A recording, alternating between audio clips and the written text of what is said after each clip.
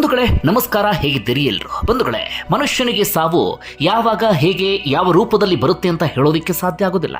ಈ ಕ್ಷಣ ಅತ್ಯಂತ ಗಟ್ಟಿಮುಟ್ಟಾಗಿದ್ದಂಥವರು ಮರುಕ್ಷಣವೇ ಪ್ರಾಣವನ್ನ ಕಳ್ಕೊಂಡು ಬಿಡಬಹುದು. ಯಾಕೆ ಈ ಮಾತನ್ನ ಹೇಳ್ತಿದ್ದೀನಿ ಅಂದ್ರೆ, ಇವತ್ತು ಒಂದು ಘಟನೆ ಇಡೀ ದೇಶಾದ್ಯಂತ ಸಾಕಷ್ಟು ಸದ್ದು ಮಾಡ್ತಾ ಇದೆ.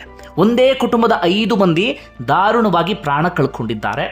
ಆ ಪ್ರಾಣ ಕಳ್ಕೊಂಡ ರೀತಿಗೆ ಸಂಬಂಧಪಟ್ಟ ಹಾಗೆ ದೇಶಾದ್ಯಂತ ಸಾಕಷ್ಟು ಚರ್ಚೆ ಆಗ್ತಿದೆ. ಕಾರಣ, ಯಾರೂ ನಿರೀಕ್ಷೆ ಮಾಡದಂಥ ರೀತಿಯಲ್ಲಿ ಆ 5 ಮಂದಿ ಪ್ರಾಣ ಬಿಟ್ಟಿದ್ದಾರೆ. ಏನಾಗಿದೆ ಅಂದರೆ, ಒಂದು ಪಾಳು ಬಾವಿ, ಆ ಪಾಳು ಬಾವಿಯ ಒಳಗಡೆ ಆಕಸ್ಮಿಕವಾಗಿ ಸಾಕಿದಂಥ ಬೆಕ್ಕು ಬಿದ್ದಿದೆ. ಆ ಬೆಕ್ಕನ್ನು ರಕ್ಷಿಸೋಕೆ ಅಂತ ಒಂದೇ ಕುಟುಂಬದ 6 ಮಂದಿ ಬಾವಿಯ ಒಳಗಡೆ ಇಳಿದಿದ್ದಾರೆ. ಅದರಲ್ಲಿ 5 ಮಂದಿ ಪ್ರಾಣ ಕಳ್ಕೊಂಡ್ರೆ ಕೇವಲ ಓರ್ವ ವ್ಯಕ್ತಿಯನ್ನು ಮಾತ್ರ ಉಳಿಸೋದಿಕ್ಕೆ ಸಾಧ್ಯ ಆಗಿದೆ. ಪಾಳು ಬಾವಿಗೆ ಬಿದ್ದುಬಿಟ್ರೆ ಪ್ರಾಣ ಕಳ್ಕೊಂಡು ಬಿಡ್ತಾರಾ? ಸಹಜವಾಗಿ ಎಲ್ರಿಗೂ ಕೂಡ ಅಚ್ಚರಿ ಆಗುತ್ತೆ. ಆ ಕಾರಣಕ್ಕಾಗಿ ಈ ಘಟನೆ ಇಡೀ ದೇಶಾದ್ಯಂತ ಸದ್ದು ಮಾಡ್ತಾ ಇದೆ. ಏನು ಅಂತ ಹೇಳ್ತಾ ಹೋಗ್ತೀನಿ ಕೇಳಿ. ಒಮ್ಮೊಮ್ಮೆ ಇನ್ಯಾರಿಗೋ ಒಳ್ಳೆಯದು ಮಾಡೋದಕ್ಕೆ ಹೋಗಿ ನಮ್ಮ ಪ್ರಾಣಕ್ಕೆ ಕುತ್ತು ತಂದ್ಕೊಳ್ತೀವಿ ಅಂತೀವಲ್ಲ, ಅದಕ್ಕೆ ಈ ಘಟನೆ ಬೆಸ್ಟ್ ಎಕ್ಸಾಂಪಲ್ ಅಂದ್ರೂ ಕೂಡ ತಪ್ಪಾಗ್ಲಿಕ್ಕಿಲ್ಲ. ಬಂಧುಗಳೇ, ಈ ಘಟನೆ ನಡೆದಿದ್ದು ಮಹಾರಾಷ್ಟ್ರದ ಅಹಮದ್ ನಗರ ವಕಾಡಿ ಎನ್ನುವಂಥ ಒಂದು ಭಾಗದಲ್ಲಿ, ಒಂದು ಸಣ್ಣ ಹಳ್ಳಿಯಲ್ಲಿ. ಮಹಾರಾಷ್ಟ್ರದಲ್ಲಿ ಈ ಘಟನೆ ನಡೆದಿದ್ರು ಕೂಡ ಇವತ್ತು ನಮ್ಮ ರಾಜ್ಯ ಸೇರಿದಂತೆ ಬೇರೆ ಬೇರೆ ಕಡೆಗಳಲ್ಲೂ ಕೂಡ ಈ ಘಟನೆ ಸಾಕಷ್ಟು ಸದ್ದು ಮಾಡ್ತಾ ಇದೆ. ನಾನು ಆಗಲೇ ಹೇಳಿದ ಹಾಗೆ ಘಟನೆ ಸದ್ದು ಮಾಡೋದಕ್ಕೆ ಕಾರಣ ಅವರೆಲ್ಲರೂ ಕೂಡ ಪ್ರಾಣ ಕಳ್ಕೊಂಡಂಥ ರೀತಿ. ಒಂದೇ ಕುಟುಂಬದವರು, ಅವರೆಲ್ಲರೂ ರೈತರು, ತಮ್ಮ ಪಾಡಿಗೆ ತಾವು ಜೀವನವನ್ನು ಸಾಗಿಸ್ಕೊಂಡು ಹೋಗ್ತಾ ಇದ್ದಂಥವರು. ಅವರೊಂದು ಬೆಕ್ಕನ್ನು ಸಾಕಿದ್ರು. ಆ ಬೆಕ್ಕನ್ನು ಕಂಡ್ರೆ ವಿಪರೀತವಾದಂಥ ಪ್ರೀತಿ ಅಂತ ನಿಮ್ಮೆಲ್ಲರಿಗೂ ಕೂಡ ಗೊತ್ತಿರುವ ಹಾಗೆ ಈ ಗ್ರಾಮೀಣ ಪ್ರದೇಶದಲ್ಲಿ ಸಾಕು ಪ್ರಾಣಿಗಳ ಬಗ್ಗೆ ವಿಪರೀತವಾದಂಥ ಆ ಪ್ರೀತಿ, ವ್ಯಾಮೋಹ ಎಲ್ಲವನ್ನೂ ಕೂಡ ಇಟ್ಕೊಂಡಿರ್ತಾರೆ. ಅಪ್ಪಿತಪ್ಪಿ ಸಾಕು ಪ್ರಾಣಿಗಳಿಗೆ ಏನಾದರೂ ಆಯಿತು ಅಂದರೆ ಮನುಷ್ಯನಿಗೆ ಏನೋ ಆದ ರೀತಿಯಲ್ಲಿ ಅಥವಾ ಕುಟುಂಬ ಸದಸ್ಯರಿಗೆ ಏನೋ ಆದ ರೀತಿಯಲ್ಲಿ ಗ್ರಾಮೀಣ ಪ್ರದೇಶದ ಜನರು ಫೀಲ್ ಮಾಡ್ತಾರೆ. ಕೇವಲ ಗ್ರಾಮೀಣ ಅಂತಲ್ಲ, ನಗರ ಪ್ರದೇಶ ಜನರು ಕೂಡ ಹಾಗೆ. ಆದರೆ ಗ್ರಾಮೀಣ ಪ್ರದೇಶ ಜನರು ಇನ್ನು ಸ್ವಲ್ಪ ಜಾಸ್ತಿ ಆ ಪ್ರಾಣಿಗಳ ಜೊತೆಗೆ ಒಂದೊಳ್ಳೆ ಬಾಂಧವ್ಯವನ್ನು ಇಟ್ಕೊಂಡಿರ್ತಾರೆ. ಹಸು, ಕುರಿ, ಕೋಳಿ, ಏನೇನು ಪ್ರಾಣಿಗಳನ್ನು ಸಾಕಿರ್ತಾರೋ ಆ ಎಲ್ಲ ಪ್ರಾಣಿಗಳ ಜೊತೆಗೂ ಕೂಡ ಅವರಿಗೆ ಒಂದೊಳ್ಳೆ ಬಾಂಡಿಂಗ್ ಅಥವಾ ಬಾಂಧವ್ಯ ಇರುತ್ತೆ. ಇವರಿಗೂ ಕೂಡ ಅಷ್ಟೇ ಆ ಬೆಕ್ಕಿನ ಜೊತೆಗೆ ಒಂದು ಬಾಂಧವ್ಯ ಇರುತ್ತೆ. ಮನೆಯ ಮುಂದೆಯೇ ಒಂದು ಪಾಳು ಬಾವಿ ಇರುತ್ತೆ. ಆ ಬಾವಿ ಒಳಗಡೆ ನೀರು ಇರೋದಿಲ್ಲ.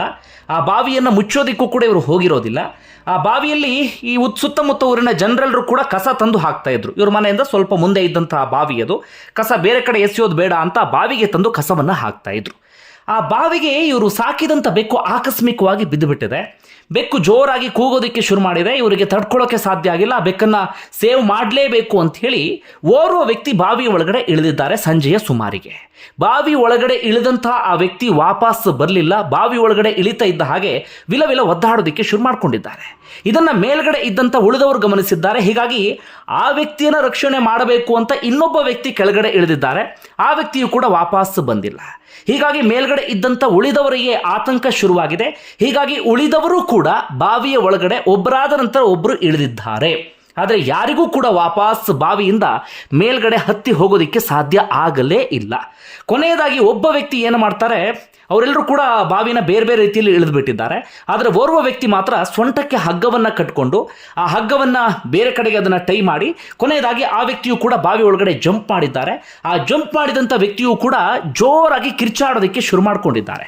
ಆ ಕಿರ್ಚಾಟವನ್ನು ಕೇಳಿ ಅಕ್ಕಪಕ್ಕದ ನಿವಾಸಿಗಳು ಕೂಡ ಆಗಮಿಸಿದ್ದಾರೆ. ಎಲ್ಲರೂ ಕೂಡ ಸುತ್ತಮುತ್ತ ಬಂದವರು ಬಾವಿಯ ಸುತ್ತ ನಿಂತು ಒಳಗಡೆ ನೋಡೋದಕ್ಕೆ ಶುರು ಮಾಡ್ಕೊಂಡಿದ್ದಾರೆ. ಒಳಗಡೆ ಇದ್ದಂಥವರೆಲ್ಲರೂ ಕೂಡ ವಿಲವಿಲ ಒದ್ದಾಡ್ತಾ ಇದ್ರು. ಏನಾಗ್ತಿದೆ ಏನು ಮೇಲ್ಗಡೆ ಇದ್ದಂಥವ್ರು ಒಬ್ರಿಗೂ ಕೂಡ ಗೊತ್ತಾಗ್ತಿಲ್ಲ. ಕಾರಣ, ಬಾವಿ ಒಳಗಡೆ ನೀರಿಲ್ಲ, ಅಂಥದ್ದೇನೂ ಕೂಡ ಇಲ್ಲ. ಆದರೆ ಎಲ್ಲರೂ ಕೂಡ ಒದ್ದಾಡ್ತಾ ಇದ್ದಾರೆ. ಅದಾದ ಬಳಿಕ ರಕ್ಷಣಾ ತಂಡದವರಿಗೆ, ಅಗ್ನಿಶಾಮಕ ದಳದವರಿಗೆ, ಪೊಲೀಸರಿಗೆ ಇವರೆಲ್ಲರಿಗೂ ಕೂಡ ಇನ್ಫಾರ್ಮ್ ಮಾಡಿದ್ದಾರೆ. ತಕ್ಷಣವೇ ಪೊಲೀಸರು ಕೂಡ ಆಗಮಿಸಿದ್ದಾರೆ. ರಾತ್ರಿ ಪೂರ್ತಿ ಕಾರ್ಯಾಚರಣೆ ನಡೆದಿದೆ. ಹೆಚ್ಚು ಕಡಿಮೆ 11ರಿಂದ 12ವರೆವರೆಗೂ ಕೂಡ ಕಾರ್ಯಾಚರಣೆ ನಡೆದಿದೆ. ಒಳಗಡೆ 6 ಮಂದಿ ಇಳಿದಿದ್ರಲ್ಲ, ಎಲ್ಲರನ್ನೂ ಕೂಡ ಹೊರ ತೆಗೆಯಲಾಯಿತು. ಆದರೆ 5 ಮಂದಿಯ ಶವವನ್ನು ತೆಗೆದರು. ಅಂದರೆ ಅವ್ರನ್ನ ಜೀವಂತವಾಗಿ ಅವ್ರನ್ನ ಹೊರತರೋದಕ್ಕೆ ಸಾಧ್ಯ ಆಗಿಲ್ಲ. ಒಳಗಡೆ ಬಿದ್ದಂಥ ಬೆಕ್ಕು ಕೂಡ ಸಾವನ್ನಪ್ಪಿ ಬಿಟ್ಟಿತ್ತು. ಕೇವಲ ಸೊಂಟಕ್ಕೆ ಹಗ್ಗ ಕಟ್ಕೊಂಡು ಒಳಗಡೆ ಇಳಿದಂಥ ವ್ಯಕ್ತಿಯನ್ನು ಮಾತ್ರ ಜೀವಂತವಾಗಿ ಹೊರತೆಗೆಯುವಲ್ಲಿ ಪೊಲೀಸರು ಯಶಸ್ವಿಯಾದರು. ಆದರೆ ಆ ವ್ಯಕ್ತಿಯು ಕೂಡ ಸಾವು ಬದುಕಿನ ನಡುವೆ ಹೋರಾಡ್ತಾ ಇದ್ರು. ತಕ್ಷಣವೇ ಅವರನ್ನ ಆಸ್ಪತ್ರೆಗೆ ದಾಖಲಿಸಿ ಚಿಕಿತ್ಸೆಯನ್ನು ನೀಡಲಾಗ್ತಿದೆ. ಸದ್ಯಕ್ಕೆ ಸಿಕ್ಕಿರುವಂಥ ಮಾಹಿತಿ ಪ್ರಕಾರ ಔಟ್ ಆಫ್ ಡೇಂಜರ್ ಅಂತೆ. ಆ ವ್ಯಕ್ತಿ ಮಾತ್ರ ಉಳ್ಕೊಂಡಿದ್ದಾರೆ. ಆ ವ್ಯಕ್ತಿ ಏನೇನು ಆಯಿತು ಅನ್ನೋದನ್ನು ಪೊಲೀಸರ ಮುಂದೆ ಹೇಳಿದ್ದಾರೆ. ಈ ರೀತಿಯಾಗಿ ಬೆಕ್ಕು ಬಿದ್ದಿತ್ತು, ಆ ಬೆಕ್ಕನ್ನು ರಕ್ಷಣೆ ಮಾಡೋದಕ್ಕೆ ನಾವು ಒಬ್ಬರಾದ ಬಳಿಕ ಒಬ್ಬರು ಬಾವಿಗೆ ಇಳಿದ್ವಿ ಅಂತ. ಹಾಗಾದರೆ ಯಾಕೆ ಇನ್ನು 5 ಮಂದಿ ಪ್ರಾಣ ಕಳ್ಕೊಂಡಿದ್ದು? ನೋಡಿ, ಒಂದಷ್ಟು ಜನರಿಗೆ ಎಚ್ಚರಿಕೆಯ ಗಂಟೆಯೂ ಕೂಡ ಆಗಬಹುದು ಅಥವಾ ಜಾಗೃತಿ ಮೂಡಿಸುವ ರೀತಿಯಲ್ಲೂ ಕೂಡ ಆಗಬಹುದು. ಏನಾಗಿತ್ತು ಅಂದರೆ, ಆ ಪಾಳು ಬಾವಿಯ ಒಳಗಡೆ ವಿಪರೀತವಾಗಿ ಕಸವನ್ನು ಸುರಿದು ಬಿಟ್ಟಿದ್ರು. ಆ ಕಸದಲ್ಲಿ ಎಲ್ಲ ರೀತಿಯಾದಂಥ ಕಸವೂ ಕೂಡ ಇತ್ತು. ಆ ಕಸವನ್ನು ಎಷ್ಟರ ಮಟ್ಟಿಗೆ ಸುರಿದು ಬಿಟ್ಟಿದ್ರು ಅಂದರೆ ಅದರಲ್ಲಿ ಜೈವಿಕ ಅನಿಲ ರೂಪುಗೊಂಡು ಬಿಟ್ಟಿತ್ತು. ಅಂದರೆ ಕೆಮಿಕಲ್ ವಿಪರೀತವಾದಂಥ ದೇಹದ ಒಳಗಡೆ ಹೋಗಿಬಿಟ್ರೆ ಕಾಟ ಕೊಡುವಂಥ ಕೆಮಿಕಲ್ ಉತ್ಪತ್ತಿ ಆಗಿಬಿಟ್ಟಿತ್ತು. ಈ ಒಬ್ಬರಾದ ಬಳಿಕ ಒಬ್ಬರು ಇಳಿದಿದ್ದಾರಲ್ಲ, ಇಳಿತಾ ಇದ್ದ ಹಾಗೆ ಆ ಕೆಮಿಕಲ್ನಿಂದ ಅವ್ರಿಗೆ ಉಸಿರಾಡೋದಕ್ಕೆ ಕಷ್ಟ ಆಗಿಬಿಟ್ಟಿದೆ, ಒದ್ದಾಡೋದಕ್ಕೆ ಶುರು ಮಾಡ್ಕೊಂಡಿದ್ದಾರೆ. ವಿಲ ಒದ್ದಾಡ್ತಾ ಇದ್ರು ಅವರೆಲ್ಲರೂ ಕೂಡ. ಕೊನೆಗೆ ಆ ಜೈವಿಕ ಅನಿಲ ಬಾಡಿ ಒಳಗಡೆ ಹೋಗಿ ಅಥವಾ ಅವರು ಅದನ್ನು ವಿಪರೀತವಾಗಿ ಸೇವನೆ ಮಾಡಿ ತಮ್ಮ ಪ್ರಾಣವನ್ನು ಕಳ್ಕೊಳ್ಳುವಂಥ ಪರಿಸ್ಥಿತಿ ಎದುರಾಗಿ ಬಿಡ್ತು. ಆ 5 ಮಂದಿಯೂ ಕೂಡ ಪ್ರಾಣ ಬಿಟ್ಟಿದ್ದಾರೆ. ಅದೃಷ್ಟವಶಾತ್ ಈ ಸೊಂಟಕ್ಕೆ ಹಗ್ಗ ಕಟ್ಕೊಂಡು ಹೋದಂಥ ವ್ಯಕ್ತಿ ಪೂರ್ಣ ಪ್ರಮಾಣದಲ್ಲಿ ಆ ಬಾವಿ ಒಳಗಡೆ ಹೋಗಿರಲಿಲ್ಲ, ಒಂದು ಮುಕ್ಕಾಲು ಭಾಗ ಮಾತ್ರ ಹೋಗಿದ್ರು. ಹೀಗಾಗಿ ಇನ್ನುಳಿದವರಷ್ಟರ ಮಟ್ಟಿಗೆ ಆ ಜೈವಿಕ ಅನಿಲವನ್ನು ಸೇವನೆ ಮಾಡಿರಲಿಲ್ಲ. ಹೀಗಾಗಿ ಆ ವ್ಯಕ್ತಿ ಮಾತ್ರ ಉಳ್ಕೊಳ್ಳೋಕ್ಕೆ ಸಾಧ್ಯ ಆಯಿತು, ಇನ್ಯಾರ ಪ್ರಾಣವೂ ಕೂಡ ಉಳಿಲಿಲ್ಲ. ನೋಡಿ ಹೇಗೆಲ್ಲ ಮನುಷ್ಯನಿಗೆ ಸಾವು ಬರಬಹುದು ಅಂತ. ಆ ಪಾಳು ಬಾವಿಯ ಒಳಗಡೆ ಇಂಥದ್ದೊಂದು ಅನಿಲ ಇರುತ್ತೆ, ನಾವು ಇಳಿದ್ಬಿಟ್ರೆ ನಮ್ಮ ಪ್ರಾಣ ಹೋಗುತ್ತೆ ಅಂತ ಅವ್ರಿಗೆ ಅಂದಾಜು ಕೂಡ ಇರಲಿಲ್ಲ. ಪಾಪ ಸಾಕಿದಂಥ ಬೆಕ್ಕು ಒದ್ದಾಡ್ತಾ ಇದೆಯಲ್ಲ, ಅದರ ನೋವನ್ನು ನಮಗೆ ನೋಡೋದಕ್ಕೆ ಸಾಧ್ಯ ಆಗ್ತಿಲ್ಲ ಅಂತ ಬೆಕ್ಕನ್ನು ರಕ್ಷಣೆ ಮಾಡೋಕ್ಕೆ ಹೋದಂಥವ್ರು ಇದೀಗ ಇಡೀ ಕುಟುಂಬದವರೇ ಪ್ರಾಣ ಕಳ್ಕೊಳ್ಳುವಂಥ ಪರಿಸ್ಥಿತಿ ಎದುರಾಗಿದೆ. ಮನೆಯಲ್ಲಿ ಯಾರ್ಯಾರು ಗಂಡಸರಿದ್ರು ಅವರೆಲ್ಲರೂ ಕೂಡ ಪ್ರಾಣ ಬಿಟ್ಟಿದ್ದಾರೆ, ಒಬ್ಬ ವ್ಯಕ್ತಿಯನ್ನು ಬಿಟ್ಟು. ಇನ್ನೂ ಬೇಸರದ ಸಂಗತಿ ಅಂದರೆ ಓರ್ವ ವ್ಯಕ್ತಿಗೆ ಮಾತ್ರ 65 ವಯಸ್ಸು, ಇನ್ನುಳಿದಂಥವ್ರೆಲ್ಲರೂ ಕೂಡ 30ರ ವಯಸ್ಸಿನ ಆಸುಪಾಸು, 35, 34, 36 ಈ ವಯಸ್ಸಿನ ಆಸುಪಾಸಿನವರು. ಅಂದರೆ ಆ ಮನೆಯ ಗಂಡಸರೆಲ್ಲರೂ ಕೂಡ ಇದೀಗ ಪ್ರಾಣವನ್ನು ಕಳ್ಕೊಳ್ಳುವ ಪರಿಸ್ಥಿತಿ ಎದುರಾಗಿದೆ.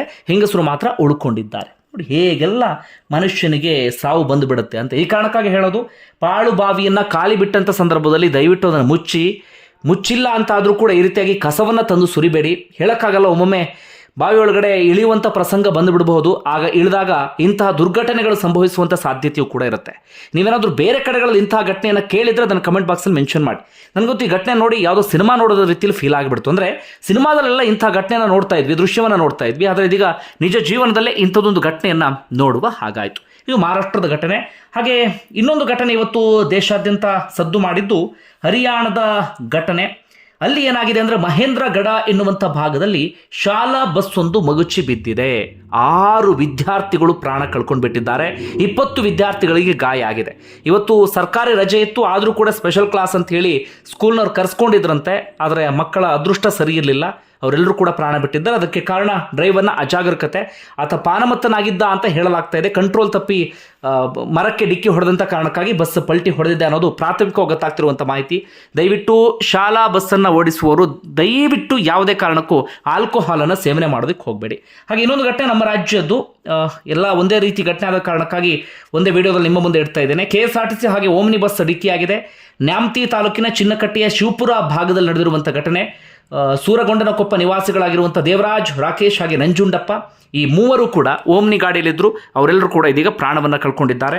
ಇವತ್ತಿನ ಇಂಥದ್ದೊಂದು ದುರಂತಕ್ಕೆ ಕರ್ನಾಟಕವೂ ಕೂಡ ಸಾಕ್ಷಿಯಾಗಿ ಬಿಟ್ಟಿದೆ. ಬಂಧುಗಳು, ನಿಮಗೆ ಅನಿಸುತ್ತೆ ಕಮೆಂಟ್ ಬಾಕ್ಸಲ್ಲಿ ಮೆನ್ಷನ್ ಮಾಡಿ. ಧನ್ಯವಾದ.